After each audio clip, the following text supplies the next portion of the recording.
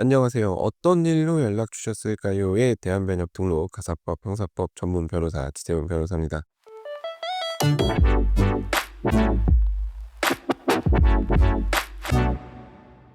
오늘도 마이크랑 관련돼서 한번 얘기를 해 보려고 합니다.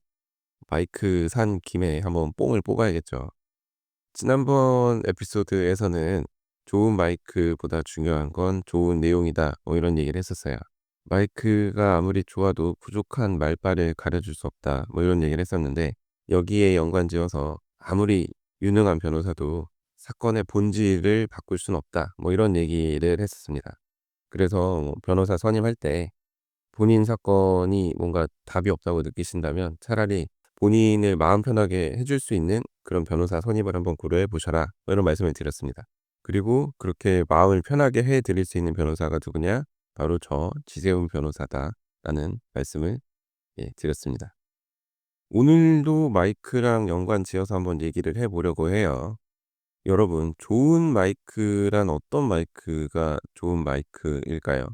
진짜 좋은 마이크는 있는 그대로의 모든 소리를 다 녹음하는 마이크가 아니라 불필요한 주변 소음을 걸러내고 제가 녹음하고자 하는 그 필요한 제 목소리만 깔끔하게 전달하는 것이 좋은 마이크가 아닐까, 이런 생각을 해 봤습니다.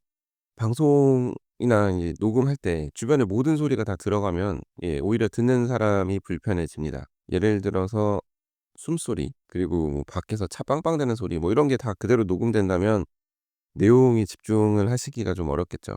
그래서 좋은 마이크는 주변 소음을 적절하게 차단하고 목소리만 잘 깔끔하게 녹음하는 게 좋은 마이크가 아닐까 생각을 합니다. 좋은 변호사도 마찬가지입니다. 불필요한 부분을 걸러내고 꼭 필요한 부분만 확실하게 제대로 정리해서 전달하는 것이 바로 좋은 변호사의 역할입니다. 의뢰인분들이 말씀하시고자 하는 모든 내용을 그대로 적어서 전달하는 것이 아니라, 제출하고자 하는 모든 증거를 그냥 그대로 전달하는 것이 아니라 정말 주장에 필요한 핵심적인 것만 골라내서 잘 정리해서 재판부에 전달하는 것, 그것이 바로 좋은 변호사의 역할입니다. 그래서 저는 좋은 변호사라고 하면 일단 상담할 때 무조건 다 "된다, 된다, 된다."라고 말하는 변호사가 아니라 의뢰인분들의 말에 태클을 거는 변호사, 자꾸 따져붙는 변호사가 좋은 변호사라고 생각을 합니다. 그리고 인제 소송이 진행될 때, 그리고 인제 실제 소송이 시작된 이후에는 소송 진행 과정에서 의뢰인분들과 의견 교환을 충분히 하는 변호사가 좋은 변호사라고 생각을 합니다. 의뢰인분들이 "이거 제출해 주세요."라고 했을 때 "알겠습니다, 알겠습니다, 알겠습니다." 하고 그대로 넘기는 게 아니라 "이거는 조금 제출하지 않는 것이 좋겠다. 이거는 제출하는 것이 조금 어렵겠다." 실제로 제출할 증거와 내용 정리를 의뢰인분과 같이 머리를 맞대고 하는 변호사가 좋은 변호사라고 생각을 합니다. 변호사 입장에서는 사실 내 달라는 증거 다 내드리면 편해요. 근데 그거 다 내드리면 실제 소송에서 이기기 어려운 경우가 더 많습니다. 어찌저찌 해서 뭐 이길 수는 있어요. 그런데 이제 너무 불필요한 내용이 많이 들어가면 이제 사건이 산으로 갑니다.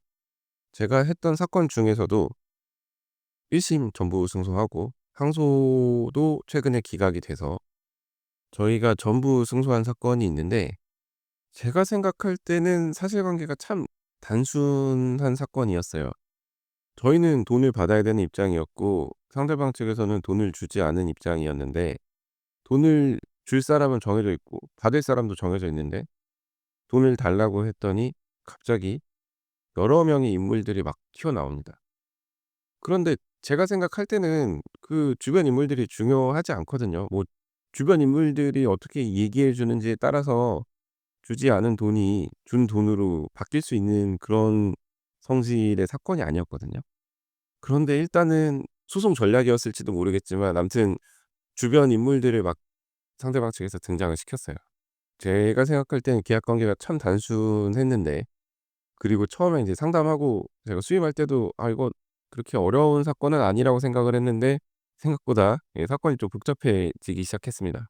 아무튼 여러 명의 인물들이 등장하니까 이게 인제 핵심이 좀 흐려지는 것처럼 그렇게 사건이 좀 흘러갔죠. 그런 상황에서 저는 일단은 중요한 것에 집중하자고 의뢰인분께 말씀을 드렸어요. 저쪽 얘기를 하나부터 열까지 다 다투고 싶으신 마음은 제가 충분히 이해를 하는데, 그거를 다 다투고 또 다른 사람을 이 사건에 끌어들이고 하면 결국 저희가 청구하고자 하는 그 핵심이 무엇인지 흐려질 수 있다. 이 부분에 대해서만 저희가 다투는 걸로 하고 나머지 부분은 그냥 넘어가자라고 제가 말씀을 드렸습니다. 이게 법정에서는 모든 사실관계에 대한 시시비비를 가릴 필요가 없다. 저희가 청구하고자 하는 것에 대해서만 저희가 다투면 된다라고 제가 말씀을 드렸는데, 다행히 저를 믿어 주시고 그렇게 "변호사님 그냥 진행하시죠."라고 말씀을 해 주셔 가지고 핵심에 대해서만 다퉜습니다. 그래서 결국 좋은 결과를 얻었는데요. 만약 이제 상대방 주장에 휘말려 가지고 상대방이 하는 얘기를 다 모든 것을 받아치려고 했다면 이 소송은 좀 쉽지 않았을 겁니다. 이 사건의 경우는 의뢰인분께서 저를 믿어 주셔서 깔끔하게 진행을 했는데, 만약에 인제 저를 못 믿으시고 이런 것까지 다퉈야 되는 거 아니냐."라고 계속 저한테 푸시를 하셨으면 큰소리 좀 오고 갔겠죠. 그런데 다행히 그런 일은 없었습니다. 이렇게 저를 믿어 주시면 참 사건 진행이 깔끔하고 잘 되는데, 제가 이제 지금은 하지 않습니다만 국선 변호인 할 때는 이런 걸로 참 많이 다퉈요.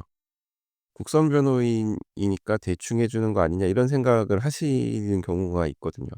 그런데 이게 국선 변호인이라서 대충 하는 게 아니라 정말 사건과 무관해요. 그러니까 사건과 전혀 무관한데 본인의 억울함을 풀기 위해서 "이런 주장을 해 달라."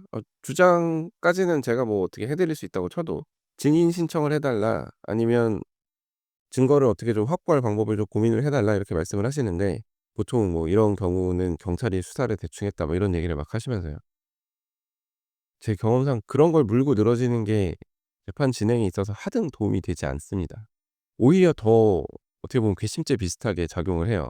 진짜 억울함을 밝혀내는 데 필요한 거라면 저도 진짜 제가 막 적극적으로 나서 가지고 주장도 하고 증거 제출도 하고 증인 신청도 하고 합니다. 그런데 이거는 누가 봐도 절차를 지연하려는 목적으로 밖에 보이지 않는데 그거를 요구를 하세요.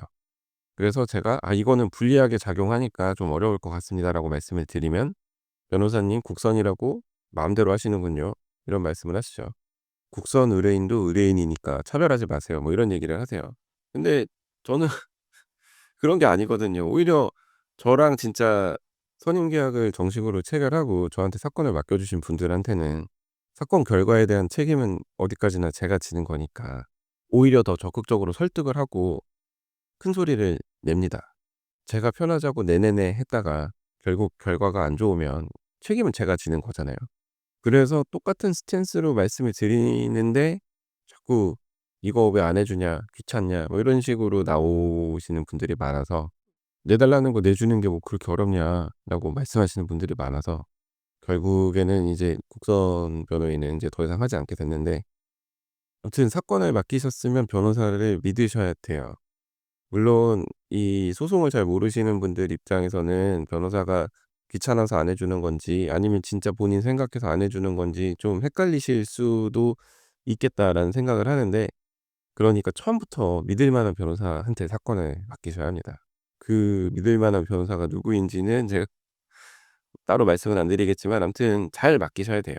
제가 아니라고 하더라도 본인이 보고 '이 사람은 좀 믿을 만하다.' 하는 사람한테 사건을 맡기시고, 자료는 일단은 다 주시되 이제 그 자료를 변호사가 선별하는 것에 대해서 의구심을 가지시거나 막 의심을 하시거나 막 이러실 필요는 없다는 거예요, 본인이 믿고 맡기셨으면. 그리고 진짜 소송 진행에 있어서 결정적인 증거라면 변호사가 빼먹을 리는 없습니다. 예. 지는 거 좋아하는 변호사는 없을 거라고 생각을 하거든요, 당연히. 실제 변론을 할 때 중요한 것은 논리적인 구조와 명확한 전달 방식입니다. 변호사가 모든 이야기를 그대로 옮겨 놓으면 오히려 사건에 중요한 포인트가 묻힐 수 있어요. 마치 잡음이 많은 녹음 파일 듣는 것처럼 이제 듣는 재판부가 피로해지고 핵심이 보이지 않는 상황이 될 수 있는 거죠. 그렇기 때문에 좋은 변호사는 듣고 분석하고 정리하는 과정을 잘 거칩니다. 불필요한 걸 제거하고 본질을 남기는 것이 중요하기 때문이죠. 그리고 뭐 법정에서든 서면에서든 무조건 말이 많다고 유리한 것, 좋은 것이 아닙니다. 서면 내용이 길다고 해서 무조건 좋은 건 아니에요, 사실. 물론 사건에 따라서 정말 길고 자세하고 이렇게 설명하는 게 필요한 사건들이 있어요. 그런데 인제 그런 사건들이 아닌데 서면이 길다고 하는 것은 불필요한 이야기가 들어갔을 가능성이 또 있습니다. 재판부는 중요한 정보만 딱 듣고 싶어 하지 불필요한 그 감정적인 얘기를 듣고 싶어 하는 게 아니거든요. 핵심을 명확하게 전달하지 않으면 재판부가 오히려 피로감을 느낄 가능성이 높습니다. 아니면 '아 뭐 이런 얘기 하는구나.' 하고 진짜 서면을 쫘라락 넘겨 버린다든지요. 그래서 일단은 핵심적인 주장을 짧고 강하게 전달하는 것을 목표로 저는 하고 있어요. 그런 저도 이제 실제 서면 쓰다 보면 또 내용이 길어지고는 하는데 아무튼 필요한 주장을 제대로 하는 것이 중요합니다. 여러 가지 얘기를 그냥 걸러내지 않고 하는 것보다는요. 이렇게 말씀을 드리면 변호사 상담받으러 올 때도 깔끔하게 핵심만 정리해서 "상담받으러 와야 되나요?"라고 생각하실 수 있는데 정리하고 하는 거는 변호사의 몫입니다. 상담받으러 오실 때는 변호사한테 상담받으러 오실 때는 편하게 오세요. 그냥 있는 그대로의 얘기를 다 해 주시는 게 중요합니다. 그 장황한 얘기 속에서 감정적으로 격앙이 되어 있고 그런 상황에서 해 주시는 얘기들 속에서 또 힌트가 있어요. 그러한 의뢰인분들의 얘기 속에서 힌트를 찾아내고 필요한 부분만 쏙 빼내서 정리하는 것이 바로 좋은 변호사입니다. 변호사든 마이크든 가장 중요한 것은 걸러내는 능력이 아닐까 한번 생각을 해 보는데요. 이렇게 새 마이크를 샀다는 티를 두 번의 에피소드에 걸쳐서 한번 내 봤습니다. 자, 오늘 제가 준비한 얘기는 여기까지이고요. 오늘도 끝까지 들어주셔서 감사합니다. 자, 다음 에피소드에서는 더 흥미롭고 유익하고 현실적인 그런 법률 이야기로 찾아뵙도록 하겠습니다. 이상 대한변협등록 가사법 형사법 전문 변호사 지태훈 변호사였습니다. 감사합니다.